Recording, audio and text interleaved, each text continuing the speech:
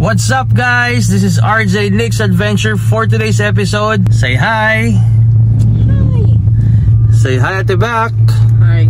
We're going on a trail today. We're going to the first trail ever na pinuntahan namin during the time na kasama pa namin ng NTTP. I hope mag-enjoy kami lahat. Watch out!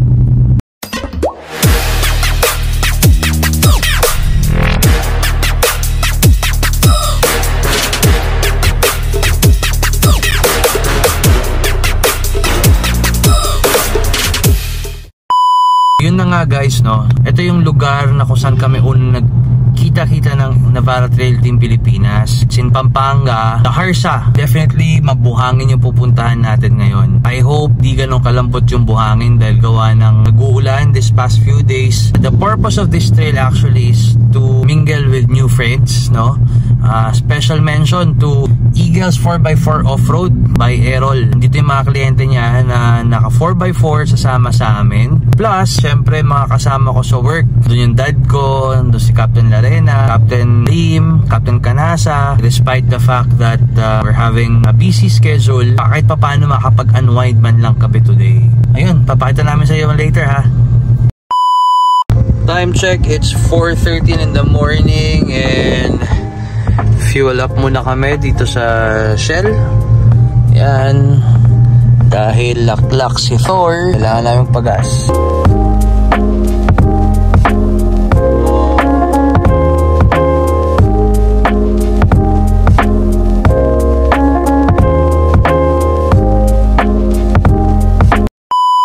As of now, tatlo pa lang kami nandito sa NLEX. Yan, rig ni Errol.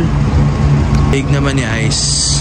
Right now, we're here in Petron NLEX. Interviewing ko isa sa mga kasama natin today, si Ice. Tingnan natin kung excited ba siya o hindi. Ice, good morning! Good morning. Welcome to our first trail. Sabihin mo muna kung anong rig mo. This is my Navarra model 2022. So ang na-upgrade ko pa lang dito is yung shocks niya and yung mga ilaw. So ngayon is yung first time ko magte-trail. And yung tires pala, nagpalit na ako ng pero trail terrain na BFG. Anong nafe-feel mo ngayon? I mean, it's your first time, di ba? Yeah, this is my first time. Na-excite ako. Actually 3 hours lang tulog ko. Kasi this is my first time na magte-trail and gustong-gusto ko talaga siya i-off-road para makita ko yung capabilities ng sasakyan ko. Is this a Navarra Pro 4X? Yeah, this is the Pro 4X version. Yun, naka-diff lock to. So, wala kang magiging problema in case na medyo muddy or medyo malala yung terrain natin later. Kaya magbabawas na yung tire pressure mamaya. Yeah. Alright, thank you.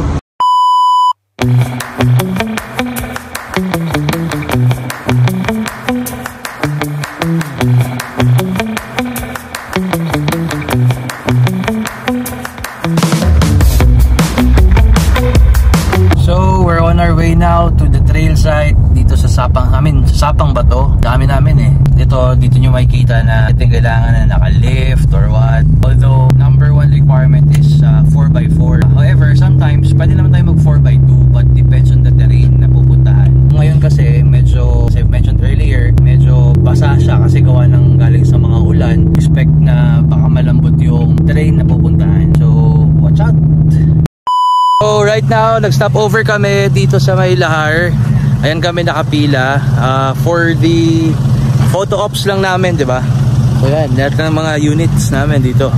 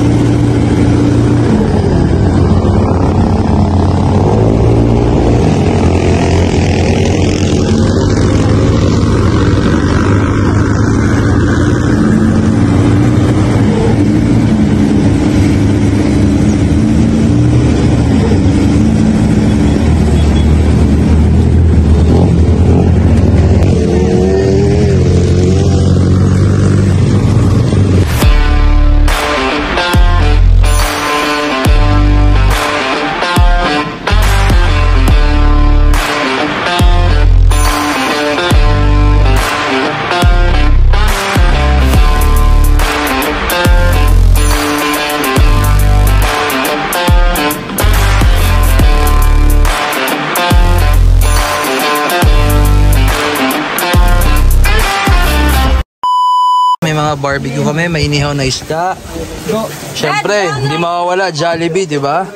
Tapos bro, pabukas nga nito. Sisig kami by yours truly. Wow! Drink ka na, There you bro. go. Tapos na kami mag-lunch. And now, pabalik na kami ng Manila. Super nag-enjoy kami. Ngayon, may mag-drive sa akin dito sa Sapang Bato. Yan si Bench mag-drive. Kayo, kamusta kayo sa likod? Okay lang. Nag-enjoy ba kayo? Yes. Alright. Ayun guys, so sobrang nakakapagod nung trail namin kanina. Literal na nakaka-exhaust kasi yung init nung lahar, kakaiba eh. Alam mo yun, sumisingaw siya kasi buhangin, diba?